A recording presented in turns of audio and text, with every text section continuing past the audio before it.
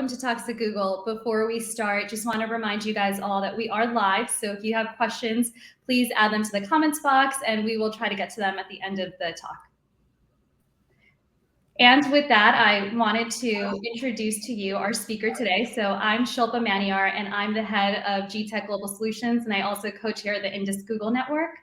I am thrilled today to have with us Payal Kadakia, an inspiring South Asian leader who I met maybe about 10 years ago through a connection in Indian dance and at TechCrunch. And it's been so amazing to observe your journey over the past decade. If you don't know, welcome. If you don't know, Payal is the founder of ClassPass, also the founder and artistic director of Saad Dance Company, and she is also the author of LifePass, which we're here to talk about today. In addition to all of that, Payal has been featured in Fast Company's 100 Most Creative People. She's been named Fortune 40 Under 40 and has been empowering leaders every day and each day, and it is just so inspiring. So welcome, Payal, to Talks at Google. Thanks so much for having me, Shilpa. I'm really honored to be here. I think I spoke at Google maybe a few years ago, but it was a different part of the journey. So excited to be back here and sharing more of my journey. Yes, exactly. And we're here today to talk about your book. So congrats again on the launch. For those of you who haven't had a chance to read it, you can order it on Amazon. I think Barnes and Nobles, there's multiple places, right? Yep. Where all bookstores are sold, you'll be able to find it. Just type in LifePass. And you can also go to lifepassbook.com if you want one place. That makes it easier. Perfect. So I did get an opportunity to read the book, and it was so inspiring for me, and it really refreshed so many concepts that I want to start using more often in my day-to-day. And one thing I really resonated with in the book is how authentically you share your journey. As a child, as someone growing up in New Jersey, as a South Asian, and all of the expectations upon you. You talk about the highs, you talk about the lows, the glamour, the unglamorous, all in the middle of a pandemic, and you just had a baby. What motivated you to want to tell this story? What was your why? You know, I really think back to the last decade of my life, and honestly, even before that, when I was starting SAW and making what most people thought my life was irrational decisions, going from Bain to corporate America to starting a company. And I lived by a different set of rules and a different methodology. And I always knew that, and I've learned to apply that to all aspects of my life. And I felt, especially right before I had my son, and, obviously we didn't know the pandemic was about to happen or any of that. I knew it was the right moment for me. And I felt responsible for sharing that with other people because, we can only learn from each other. And I think being a South Asian woman, being someone who is young, who started on this journey at such a young age, I felt really responsible for sharing it with other people, especially because so many people ask me, how did I do it? And of course, there are business lessons I can tell you, and there's stories you can read about how ClassPass pivoted and why I started the company and all of that. But there was a layer deeper I wanted to uncover about what constraints I've had in my life and how I worked through them. And that's everything from my childhood to everything that's brought me to who I am right now. Yeah, and you get that same in the way the book is written. I feel like you really capture that voice of wanting to go deeper and share the purpose of so many of the actions that you took through your journey. So when we talk about your book, each chapter has a mantra and has a different purpose. But if you could rewrite one chapter of your journey, it could be captured in your book. It doesn't need to be captured in your book. What would that chapter look like today? This one is so hard. I really believe in having no regrets and that every part of your journey really leads you to the next. I think the parts of my life where I felt like I was split in two, whether that was younger and, not feeling comfortable being Indian or American and sort of having different communities where I was different people. And even in my career, as I, got older and was at Bain, I think I felt very uncomfortable being a dancer and being creative. And at the same time, obviously being somebody who was a consultant succeeding in the professional world. And I wish I didn't draw so many distinctions about this world and that world. And eventually I did find a way for it to all come together, but I probably wasted a lot of time in there being unhappy. And that's the only part of it. But I will say all of that taught me how to, it taught me lessons, right? And you learn from every moment of your life, whether they are good or bad. And I learned a lot from those moments too about how important my culture was to me and how much I did want to share it and how important it was for me to be a creative person in business, and that all that ultimately led to the success of what ClassPass is. Absolutely. And if you were to write the book now, having now added author to the multi-talent, like kind of the string of things that you do, how would it change the book now if you were to write it after now launching the book and having written a book? That's a great question. Launching a book is in itself like a whole business and strategy, and you're working with different people. I don't know if I would really change any part of it. To me, honestly, this book encapsulated the last decade of my life. Like, if anything, I see it as a celebration of all the things I know I've done in my life. And especially because ClassPass was just sold at the end of last year, I think everyone was at this moment where, I kind of felt an emptiness. And at the same time, this book was perfect because it gave me something to focus on and also really celebrate the journey that, had sort of come to a completion for me. Yeah, and I think it's a great way to have people continue on your journey. Like, after ClassPass sold, I think the question was, what's next for Payal? And I think you continue to surprise us all with when you're like, is Payal done? And you're like, nope, she's coming out with the book. And we'll get to this later in the interview of like, what's your next chapter in the future look like? So kind of going back to the book, you talk about failure as a data point. And I would like to discuss with you, if you can talk about one of your top failures. It's like an interesting thing. We talk about failures to opening, which usually failures like, oh my God, I don't want people to know. But how did you overcome that failure? Who helped you? Mm-hmm. Was there a time that you felt like you left something so familiar to take on something that was maybe too audacious? And I'd love to hear what you think there. Absolutely. And I have a whole chapter in the book, which is about fear, and most of it is around fear of failure. And I will honestly say this, is that the day I honestly failed as an entrepreneur was the day I actually became an entrepreneur, because I needed to know what that felt like. I needed to know what the downs felt like as much as the ups. And, I was obviously very capable. I had this great resume. I had a great network. I got into a tech incubator. I raised capital. Everyone thought it was going to work, and I was checking off all the right boxes. And in the book, I talk about this thing called false signals of success that I think we all chase in our lives, and they're usually given to us by other people. So things like, oh, we're getting a lot of press for our platform. We have a lot of followers, all that stuff, which is of course important, but the magic has to be the product working, right? And I didn't really know that the first time I started on this journey. And once I started uncovering that, and I think this goes for any problem in the world we're going to solve, small or big, or if we're working on an innovation project at work, it's really thinking about what problem we're solving and seeing if it works. And it's going to fail many times. I mean, I hope it does. It's almost one of those things where that's the only way you're going to learn. And the magic of it is actually moving with it and figuring out, this way doesn't work, this way doesn't work. What can I learn from it to take with me on the journey? And so many of those learnings, while they may have not even helped me in that moment, they helped me later on in the journey. So in a weird way, the way we really became an expert in the whole entire industry was by failing many times and realizing, well, people don't want to transact that way. They want to go this way. They want variety. And we kind of did those things by accident, but they really became the magic of what the product was. And I think failing, and especially as the company grew, we kept that in our DNA, that it was okay to fail and that it wasn't something to hide from. And I think that's made us go much faster as a company in being able to adapt our product, to move forward, to make hard decisions sometimes in our journey. Yeah, and I think the way, we'll talk about the LifePass method in a bit, but it's the way that you were able to identify those failures, reflect upon them, and make them something that you can action on. Versus getting caught up in the failure and then having that demotivate you and bring you down. Yeah. So a lot of the book, or I think the last part of the book, is about your LifePass method and the lessons you learned through your own approach. Do you want to walk us through this 4-step process so that the readers can indulge on their own later on? Yeah, absolutely. And the last third of the book is this goal setting method that I've been doing now for 7 years.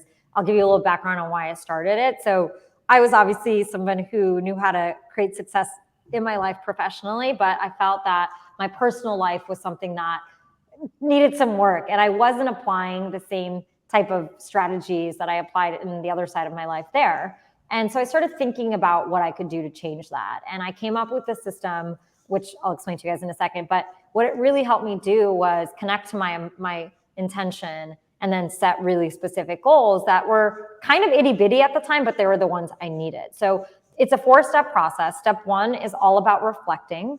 And it's all about deciding, or not even deciding, but it's really about figuring out what words are in your life at the moment, what words have been prevalent in your last year, right? We don't usually reflect on our year and think of words. We usually reflect and think of our accomplishments, right? Here's what I achieved in 2020 or 2021. Here's what I did. And that's what we celebrate. But what about how you felt through the year? What words were prevalent? Sometimes they're not always great words, but it's important to know where you are before we actually think about where we want to go. And then the second step is doing the exercise, but flipped. So you're thinking about what words you want to feel in a year. So now we're anchoring in on what do I want to feel like in a year? What intentions am I going to lead this year with? And a lot of times with goal setting, and I'm a very practical, pragmatic person who wants to get things done, anchoring it in with these intentions and emotions gives you that deeper why, right? It gives you that deeper connection to what is behind any of these goals in the first place. So identifying what these dream words are, and they are really, their feelings and their thoughts. It might be connection. It could be feeling powerful at work. Like whatever those words are for you, it's important to know what you're striving to, because your happiness and my happiness, which is what everyone says they're striving for, looks very different. And it actually changes in our lives as we get older, when we're younger, whatever's going on. So it's important to know that. Once we have that, we go through a whole process of focusing, right? Because I truly believe you can't make an impact on every aspect of your life. And the way I combat that is I've made this a quarterly goal setting process. So similar to OKRs, which I know you guys are all familiar with. I was just going to say that. I was we go through OKRs quarterly. Yeah. And we do that professionally all the time. So why not do it personally? Because there's a reason it exists. 3 months is like a good enough time to make a goal, but not be stuck. Like if you came up with the annual plan, which obviously we all do too, we just know you need a second to reassess, right? To say, wait, is it working or not? Why don't we do that in our own lives, right? So that's really what I've based this on, is let's figure out, what areas of our life we spend our time on. Let's focus in on a few areas that we're going to actually set goals in only for the next 3 months. And I think what's really nice about this is it gives you a chance to focus on another area in the next 3 months, but be present in making impact in the areas that you chose right now. And that's really what's helped me so much, is to not feel bad about, I'm not doing it in this quarter, but I'm going to do it next quarter and I'm going to be great at doing it. And it's helped me feel more balanced and feel more purposeful in everything that I do. So once I have the focus words, right, and we've spent time now going from reflection, dreaming, and focusing, then we actually set goals, right? So a lot of the process is actually figuring out where you're going to set the goals and why before we actually set them. And then we go through a process. And look, I've always been good at executing in my life. And I do really, I really know that comes from being able to really put down the steps, right, in order. What is step 1, not step 50? Because a lot of times people don't know where to start. So I talk a lot about breaking down goals, right? Pretend you want to learn something new. It's not about becoming an expert at the end of the quarter. It's about potentially even just finding a class to start with, right, in that quarter. And people don't realize that's progress, or people will say, I want to go to yoga, and say that for the whole year, but never sign up for a class. It's really about, okay, maybe I signed up for my ClassPass membership, and found a class to even try. And this obviously applies to other areas of your life as well, but it's all about finding a way that these goals are measurable and are actionable, so you can actually find a way to move forward on them. Yeah. It's funny, so much of what you say, I think, resonates with how we mark some of our OKRs professionally at Google. And so it's nice to set that to personal goals and kind of fuse them together. And I think you said something really important about like having goals, but having realistic time-bound goals that are practical. Yes. So you don't feel defeated, like if you don't hit them. And so I think so many times at the end of the year, people do New Year's resolutions and then they feel like they failed. So I think this is a really good approach that you've introduced, and hopefully folks can actually go through the exercise. I know time is a chapter in your book, but you do share some tools in time management and managing your energy. So hopefully, everyone can make the time to invest in themselves. So an interesting stat is, and I was just reading something earlier, that the average person has $3 million ideas every year, and they don't execute on them. So they're ideas that they thought about and didn't do anything about. When you're young, it's easier to jump ship and take these risks, because when you have your loss-win equation, it seems a little bit different when you're younger. For successful people that are in their mid-careers, sometimes they feel they have these golden handcuffs, that it's a little bit harder to weigh in on the risk, to say, like, should I pursue this, or should I stay where I feel comfortable and can support a family or a lifestyle? Right. What are things that would be different for you had you started ClassPass now? It's always really hard to rewrite the entire journey, but what I would think about, and I think this is sort of what I thought about even 10 years ago, which would be relevant now, aside from the fact that I have a son, probably that is probably one of the biggest changing factors. But what I would think about is money, right? I think we need to think about our plan with money. It doesn't mean I can't go for it. I really believe, and I say this as one of my mantras in my book, is make money work for you. You do not work for money. And a lot of times I think money is the biggest trapping thing for us. And a way to work through that is understand what money really means to you. What do you really need to spend money on? Not what other people want you to spend money on, but what do you really want to spend money on? Know your numbers inside out, right? Because I think that's another thing. We sometimes like spend money, get money, but we don't really have a system of budgeting. Know that, and then set a budget and a plan, right? So your dream might be 2 years away or 1 year away. You don't know. It could be 5 years away, but you need to have a plan. And honestly, my biggest way to combat any sense of uncertainty in my life is to have a plan, right? It makes me feel like, okay, I can work through this, especially if I don't like something in my life or I'm feeling a certain way. I put a plan together and I really believe, okay, this is going to help me get to the other side. Now, going a little deeper even on that, I think a lot of people have ideas. I mean, it's interesting that people say that they have like $3 million ideas. Look, ideas are a dime a dozen. It's all about execution, right? And it's all about truly what you care about building. If you believe like this is your end all be all, and this is like the project you're supposed to be working on because it is your deepest, purpose and why, yeah, nothing should really hold you back from that. And you should really find a way with, whatever current structure you have. And I would too, it's even in my life right now, I have so many great dreams still. And I talk to my husband about it. I'm like, okay, what are we doing with supporting our kids? Like, what are we doing in terms of money? You just have to have good communication so you can feel like you can create a plan versus not, right? I never in my life, and that's part of why I wrote this book, I never want to feel like I'm trapped by any constraint from going after my dreams and being ambitious. And I think everyone should have that mindset at any age in their life. It's about reflecting on what is holding you back and then putting a plan together to work through that constraint. Yeah, and I think one thing that, I've heard people mention to me, and you wrote this in the book as well, is coaches and mentors and teachers are easier almost to find when you're starting off your journey, maybe right after school or in institutions. What advice do you have for folks then, if they are looking to take that limitless leap, to find mentors or coaches that will, be part of their team life? A lot of it is, mentors choose you. You have to go to a place where you find people who you have a connection with, right? And sometimes they're in areas you don't even know. And I remember when I was at Warner, I found someone on the creative side. I was on the digital side of the business, and there was a creative leader that I really connected with, and he ended up introducing me to another person who ended up becoming my first investor and advisor of ClassPass.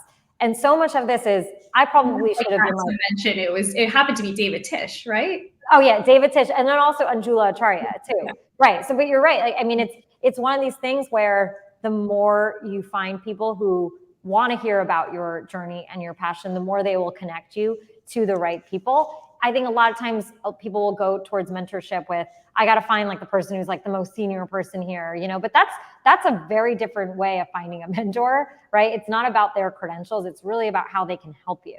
And you'd be surprised on where you find these people. I mean, honestly, I know people who like their fitness coach is like the most important person in their life, right? And that's honestly like part of where the center of ClassPass came. Like one of the most important people in my life is my dance teacher from when I was 3 years old. And, I think about that in the sense of how much knowledge they're giving, how much they push you as a human being. It's not necessarily always professional. It's really also personal as well. Who's going to help you work through your insecurities? Who's going to help you make those hard decisions in your life and free you from the constraints that you have?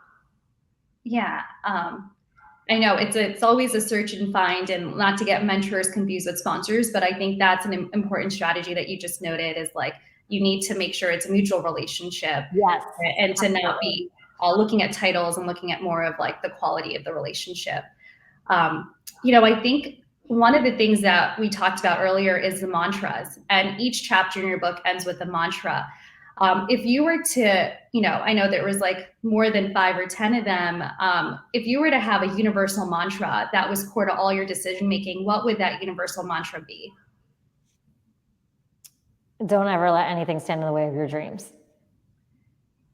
And let's take that a step further in terms of, if you don't let anything stand in the way of your dreams, do you think your mantra is different from your core value system?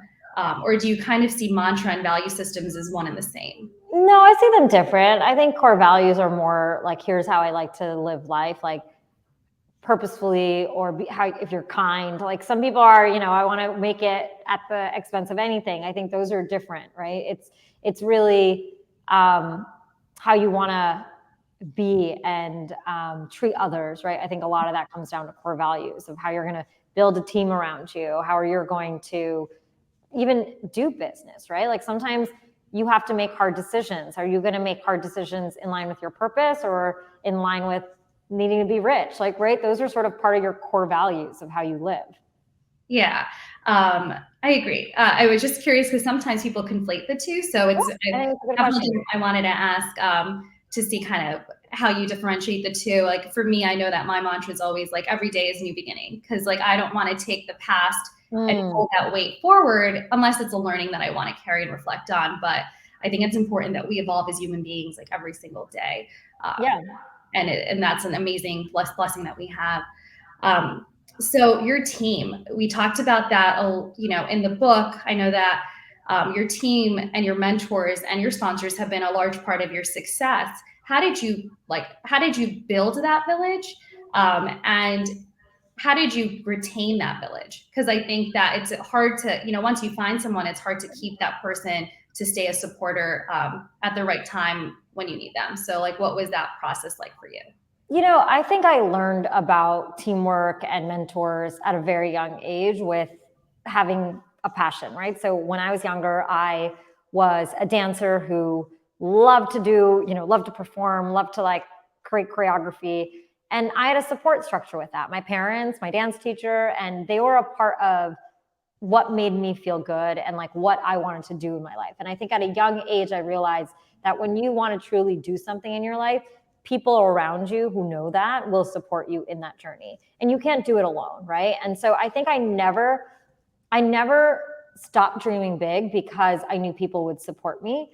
And I think dreaming big was tied for me to purpose and impact. And I think throughout my life, people have come with me to do things, from everything from a small dance performance to building a company, because they believed in the authenticity of my vision. It wasn't something I was just doing, like I said, for greed or fame or any of those things. I was doing it because I truly cared. And, they obviously believed in my ability to get it done. But people said yes on the journey because they believed in the vision, right? And I think vision keeps people together. It keeps people fighting for something and working towards something in your life. And, I think one of the other things I always remember is I was very conscious of who I surrounded myself with. I had a lot of times where I would have my business friends on this side and my creative friends on the other side. And I think it was really important for me to cultivate relationships in different areas. I think we tend to do whatever's in our professional career and hang out with one group of people. And I had always a very diverse group of people I hung out with. I was really never like in one group throughout my life. And I think that really helped me because I learned more about the world and I was cultivating these relationships. Like I have friends who are like editors, and at the same time, I have friends who built huge companies and are CEOs. And I've actually loved bringing them all together too, because the conversation is so amazing. But that's really what happens when you put different minds together. And it's enabled me to look at things in a different way, sometimes be, thinking from out of here about something that's over here. And I think we forget that it's really the voices we surround ourselves with that really enable us to do that. And, the only other thing I would say on that is I do remember even in my 20s, I had a roommate, Melanie, actually. I don't know if you know her, you might know her, but she and I were both consultants. She was at McKinsey, I was at Bain. She wanted to be an actress. I wanted to dance and go do entrepreneurial things. And we lived together, and we spent every Friday night, like Saturday during the day, Sundays, any time off we had, literally helping each other with our creative pursuits, right? Because we didn't see many South Asians in doing anything creative at the time. And I think having each other was so beneficial because we never felt like we needed to go out and do all these other things because we enjoyed our time together. And it was so fulfilling towards our goal state. And I think sometimes we don't know how to pick that because we end up picking what everyone in the crowd is doing. But it's important to really gravitate towards the people that are pulling you in the direction that you want. And I think that comes down to friends, your mentors, advisors, everyone you surround yourself in life with. Yeah, it's amazing how, whether it was serendipitous or like intentional about how your village kind of formed. Did you use or apply the same mentality when you were hiring people for ClassPass? Because I know that journey of growing, from 5 to 100 to, thousands. Is that a similar principle that you apply to your hiring in terms of recruiting people to work for you? Yeah, I learned about sort of setting culture from building SAW, which was my dance company. So very early on, and I had a dance company full of 10, 15 girls. And I knew I needed a way to audition and recruit and figure out what I wanted. And I came up with pillars for SAW, which were technique, expression, and respect. And I would evaluate the girls on them. I made them do self-evaluations on them. And I realized that was the company I wanted to build in terms of dance. I didn't want to find a very skilled dancer who didn't show up or vice versa. And I was very clear about that from the beginning. And anytime I violated it, it would definitely end up in a place where, in a bad place and everyone would suffer for it. And so I had started doing that 3-4 years before I started ClassPass. So by the time I started ClassPass, I thought about the same exact thing. What pillars in my life do I really want to set for the culture of this company? Because it's the best people that I know I work with and the company I want to surround it with. And I set these as the pillars. It was growth because I love being around people who want to continue to grow and sort of don't have an ego about I'm the best at what I do. Efficiency because I just value time so much. And then positivity because I wanted to surround myself with people who are let's do this and be on the positive side of any situation, even though bad things can happen. Yeah, no, absolutely. And, I've seen some of the SAW dance performances and you can really tell from the people and the dancers that it's truly a cultural experience, but also that they're fully in it for the right reasons. Right. Which is great that you've been able to block out that noise of getting, of being able to identify those that might not have the respect or might not have one of those missing elements and being able to select very creatively. So, one thing at Google, which we spend a lot of time, and you mentioned OKRs, we do a lot of mission setting. Sometimes those missions look completely different by the end of the year. And we also search inside ourselves a lot. Okay. Incredible. Sometimes I'm searching very deeply because we're searching inside ourselves often and we're looking for a purpose in our day to day. And I know I've personally read a lot of motivational and tool-based books. So I wanted to ask you, and I know I've read it, but what is the unique value proposition of LifePass that distinguishes it from the other, books on the personal growth section? It's a great question. I think part of it is hearing, obviously, my story combined with the questions I ask you. And I think one of the things that I do in the book, which I wish someone did for me, is I ask you deep questions. The self-awareness of having to answer some of these questions is sometimes the hardest part because we never stop to ask ourselves, what did we love when we were younger? Yeah. What world issue do I care about? Who am I making decisions for in my life, right? We never stop and actually think about those things to even be able to get to a place where we can set goals and make our plan. And it's so much of it for me, right? Right, exactly. I think we're in a go mode. And I think what I have learned to do, and I really want other people to do, is this constant iteration in your life. The same way, we probably do with our products and companies. We need to do it as human beings because that's the way to constantly grow. I mean, you said this earlier where you were like, oh, and you keep surprising us with the book. And I find that really sweet, but it also reminds me of, when I started SAW, I remember everyone was like, wow, you just like keep creating better and better choreography. And then I like started a company. And then, it was one of those things where I never wanted to feel stagnant. And the system for me and breaking through constraints at every point in my life, whenever I felt like this is shutting me down a little, how do I get over it and move to another, take a whole leap, right? That it's not even about no one expecting it. It's just because it's aligned with what I am, but I'm able to move faster because I'm not letting things stand me back. Or hold me back. So, I'm in my 30s and I've done all this, and it's because I don't let things hold me back. And I really believe everyone else in their life can go faster too, if they are more self-aware and then create plans to keep working through things. Yeah, I think we keep going to this element of time. And I think if anyone's listening, it's to know like how to effectively and efficiently use your time and your energy to achieve your dreams.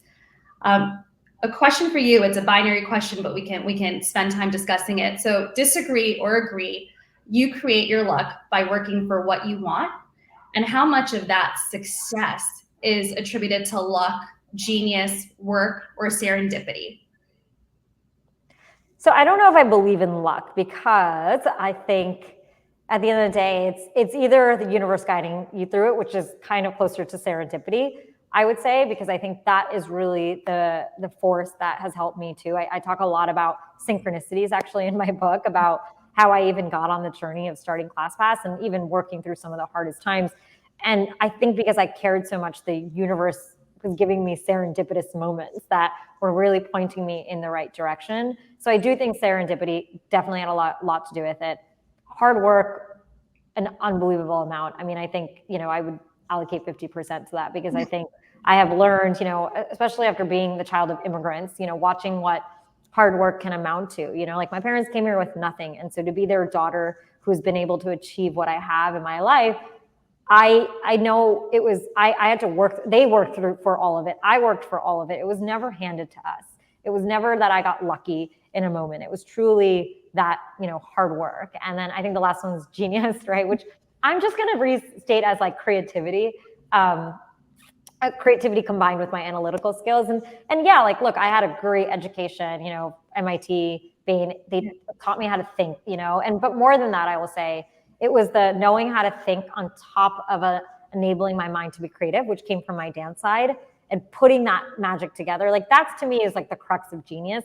I truly believe it was a creative that created ClassPass, not necessarily my Bain. That's very humble of you. But I think part of it is like a genius of having a natural, a natural IQ that allowed you to apply and to be so seamless, kind of like orchestrating a dance and executing ClassPass. True. It's true. I mean, it takes a lot, but I will say this, like I've always had a very strong vision in everything that I've done in my life. And like I said, that's helped people somehow come along with my crazy ideas, but I like being that person who has crazy ideas and making them happen.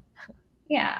I would say, is it crazy? It's life-changing. It's needed. So, but yeah, thank you for taking an innovative approach at that answer. And we'll take your probabilities, 50% hard work. And so, one thing that, we've been talking about is, or I guess I'd like to shift gears and talk about fundraising. Mm-hmm. Many, don't have the pedigree or don't have the luxury of considering an expensive university or delaying an education, or have to delay an education because they can't afford it. Yeah. So if your pedigree had been different, would the fundraising journey for ClassPass or even SA have looked different for you, or how would that have changed for you? Yeah, it's a good question. And look, having those things on my resume definitely helped. But to be honest, I only really started raising capital when I had a product that was working and that people were bought into the journey. And honestly, you don't need any kind of background for that aside from a vision, right? And a story, and obviously a product that works, which happens by hard work and working through it. So I obviously believe that my MIT education and my Bain education or Bain experience gave me a ton in the journey. And I highly recommend people getting foundations like that. I talk about that in my book as well, is that the foundations of discipline, knowing how the world works, are so important, especially before entrepreneurship, because it's good to know how the world works when you are creating something new too. It's not about having a blueprint, but it's about just knowing where the rules are right now a little so you can break them, right? Essentially in your life. But I don't know. It's an interesting question to think about if I had a different pedigree. But like I said, I think, I showed up with who I was. And I think what changed it the most was when I felt confident in the room with what I was building. That's what helped me raise money more than me having the credibility of MIT and Bain. Yeah. Well, thanks. Because I think that's an authentic question that I think people struggle with is like, if they don't have the prestigious university, does that change the journey for them? And I just to give you a shout out, I think in your book you talked about showing up to investor meetings in yoga gear because you're like you had initially started wearing your old suits, and we've all done this. Go to your college interview suits and try to put them on and dust them off and make sure you look the part. And then you realized you had more success in being truly who you were in your own element and felt more confident being seated at the table. So thank you for those stories. No, I think that's an important one. The only other thing I'll say actually with this is you have to also know what your pattern of success is, right? Is how do you succeed in your life? And we all have a formula. I mean, everyone here is at Google. Like, you're obviously smart and got there for a reason. Like, whatever your formula is to succeed in your life, learn how to apply that in other areas of your life. And that's actually the conversation I talk about in the book, because I was fundraising like a robot, and I don't even know why I was doing that. But one of my colleagues that I was working with at Techstars, he was like, Payal, like, you clearly are a successful human being, or you wouldn't be here. What did you do to get here? Use that same formula, to be able to succeed in this environment. And it really flipped me, because it made me think about what are my patterns of success, and what are my skills that I have that I should really hone in on. And that's not a list of things on my resume. That's really who I am in my patterns. Yeah. And that's, I think you had the blessing of having somebody, and I think that goes back to your village, of somebody to help you identify that and realize that, so that you could pivot your approach and go back to what made you feel comfortable instead of being like someone you're not. So I think it goes back to making sure people find the right support system and the right advisors. So I know we're going to be opening up the floor to Q&A in a few minutes, but wanted to ask you, you had so much success at such a young age. You're a thought leader, you're a writer now, you're a tech entrepreneur, you're a dancer, you're an artist. In your book, you also talk about, it's not just an album. It's not just a single, it's an album. Right. So what's next for you? This is, one of those questions that is really what I actually end the book on. I don't know if you had a chance to read my afterword, but a few years ago, someone literally asked me this question: how does it feel that you'll never build anything as big as ClassPass in your life?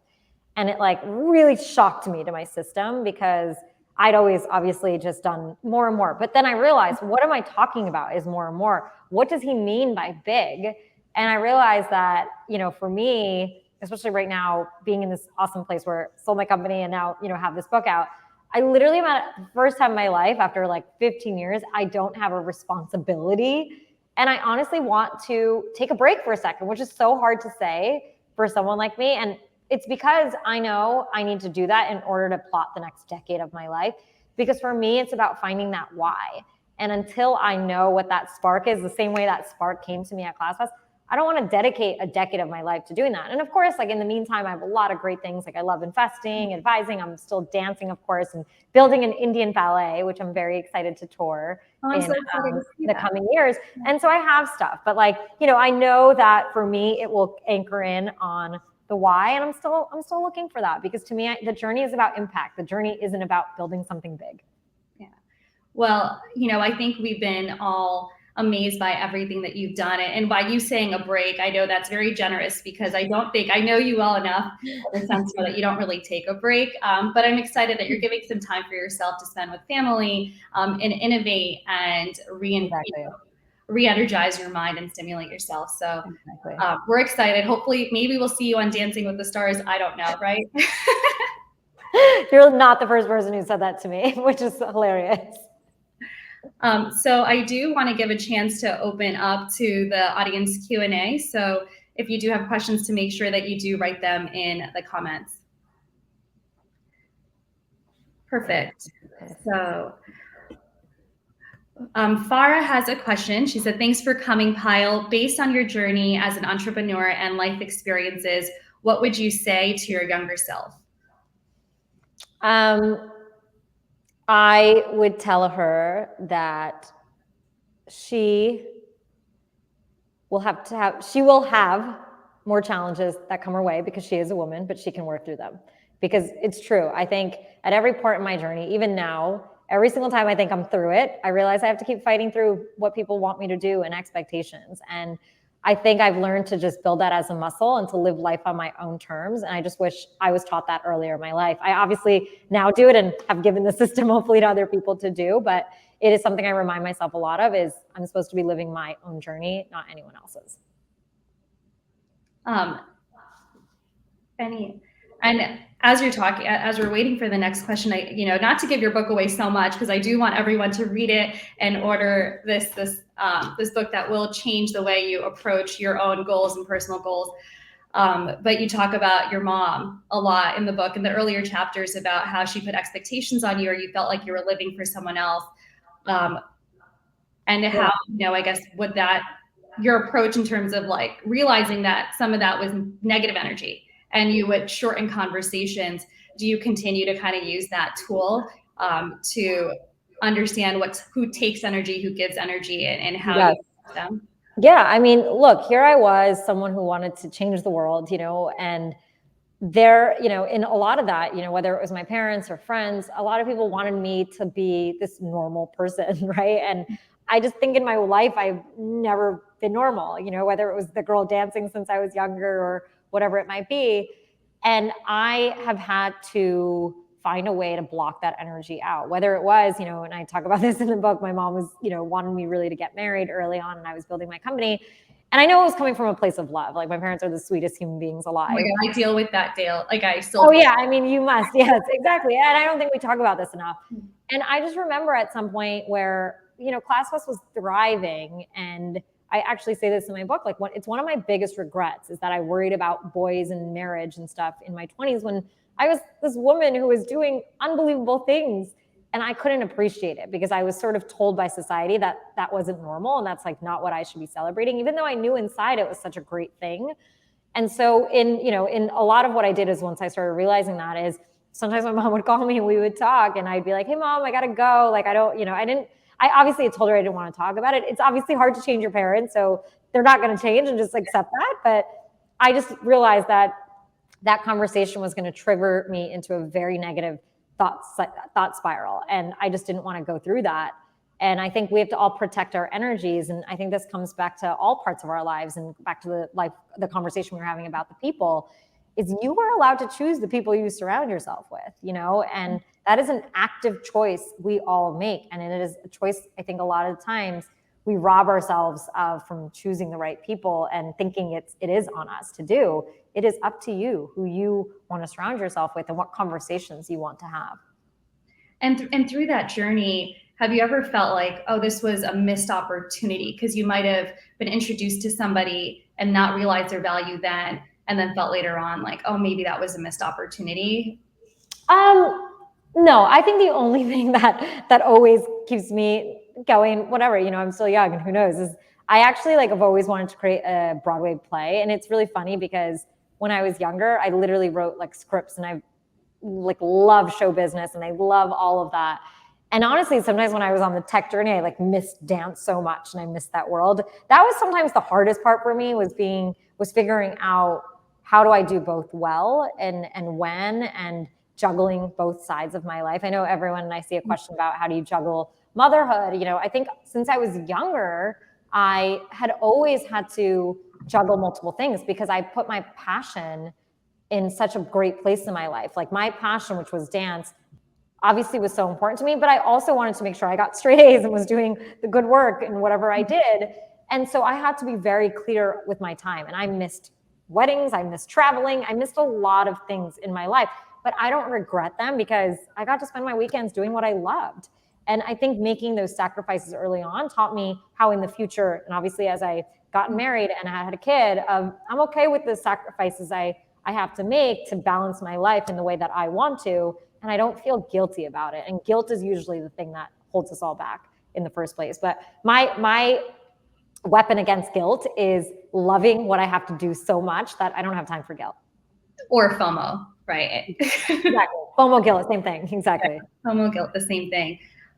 So I think we have one more question, which is right here. Hi, Sharad. So Sharad has a question. He said, hi, Payal. Was there something you learned about your own journey while writing the book? One of the things that happened for me while writing this book is A, I had a baby, B, we had COVID, C, my company shut down. Like literally, it was like everything that was going well, like, well, the baby and everything was great. So it was this interesting thing where everything in my life shifted, right? All of a sudden. All these new experiences, like some of the world is feeling, some you're doing alone. So. Exactly, right? Like I had so much change happen in my life. And I remember like having to do an interview in the middle of that. And I remember reading my talking points and my questions and feeling lost. And I remember the book being, and this is something I'd already started writing the book and it was a little bit written almost before the pandemic. I remember going back to it and remembering me 10 years ago.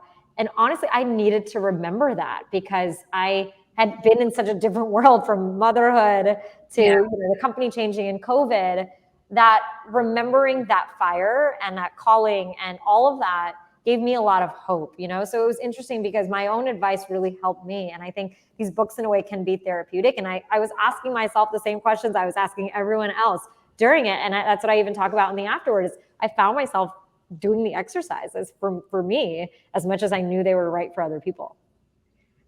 And, how, while you were writing the book and having a kid, like, how did you balance all of that together as a new and writing? Yeah, I mean, I was thoughtful about my time. Like, okay, like let me write between naps, and then I and this is something that some people can do and some people can't. I had some help, so my parents were here a lot of the time. I've had childcare at points. I think at different points, I just planned out my day and my time to ensure that I was doing everything that I wanted to do, spending the time with my son that I wanted to, spending time with my book, spending time dancing, spending time with ClassPass. Like it's really all about creating a plan for your priorities so you feel like you're doing the things that you truly want to do. And it's no different than me juggling dance and my career. Yeah, and you also have Payal's weekly priorities list that you do every Sunday. Yes, that is my golden rule. And it helps anchor you. So Payal actually, and this is a good exercise, every Sunday you sit down and you write down, and you can speak to it obviously better. But yeah, let me try and you tell me, sure. What your professional goals are, your personal goals are, who you want to be talked to, friends-wise, family-wise, and you allocate time. And it's like a very mathematical or scientific exercise. So your calendar is not running you, you're running your calendar. Right. And I think, that approach, do you feel like has helped you be efficient and reach the success or focused success that you have? Absolutely. I mean, it helps me say, here are my priorities, which are important to know for any of us. It's important to kind of have that list. Yeah. And then secondly, I think the other magic to it is that I only look at my calendar after I do this list. So there's going to be a lot of stuff on my calendar that might not be in line with my priorities. Look, some of the things you have to do because you have to do them in their meetings, whatever they might be.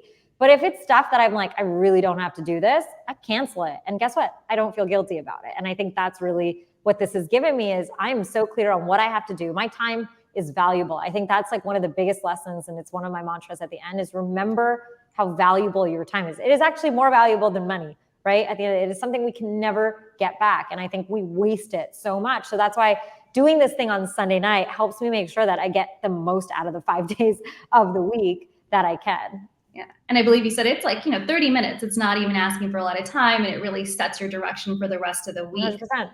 Yeah. And at Google, it's funny you say time is priceless, which time is priceless. We hear about that often, but at Google, they often tell us to think of our calendar as a currency. So how much money are we actually spending or how do we value our hours? And so I think we can kind of meld the two approaches and help. It's very true. It's very true. I mean, time and money are very connected. And there are times in your life where you can afford to waste time. And there's times in your life where you can afford to waste money. And you just need to know where you are in that balance. Exactly. So I think we have a couple more questions from the audience. Katie is asking, what are some of the challenges you face as a woman in entrepreneurial journey? That word's always hard for me to say, by the way. And how do you Yeah. So, I didn't really think about this going forward. I was somebody who was different my whole life, right? Going back to some of the stories that I was telling you, I never fit in anything I was doing in my life. And so I already knew I was someone different when I was going to fundraise, but I didn't let that really hold me back. I think the one thing that I did realize, and more in hindsight, as obviously, more conversations around this have come up, is I needed to prove a bit more than I think a male counterpart would have had to with my company before I was able to raise substantial funds. And a lot of times in my journey when I was going to raise ClassPass or going to raise money for my seed rounds, a lot of people would tell me like, why aren't you focusing on personal training? Like, who's doing boutique fitness? And I'm like, though every woman I know, it was this interesting thing where the people around the room weren't the right people for my product. And that definitely made it something I had to work through and show more data for to be able to get them to change their mind. So I would really say it's really about that. I don't like to, it's not that I don't want to focus on it. I like to say, like, we're all capable of the same exact thing, and we just need to keep showing them that we are. So walk in with that confidence. Don't have any doubts, because you can do it. Well, that's very strong advice, and I think people need to hear that often, that they can do it. They should have faith in themselves to move forward in their ideas. Right. We have one more question. Sorry, I'm new to StreamYard as well, so I'm waiting for it to come up. I think did I click on that? Oh, I'm like, maybe I clicked on it. Well, it showed up. So Virali is asking, what was the tipping point to leave corporate and pursue ClassPass full time? Did waiting for funding play a part in it? How did you balance your full-time job as you started building ClassPass?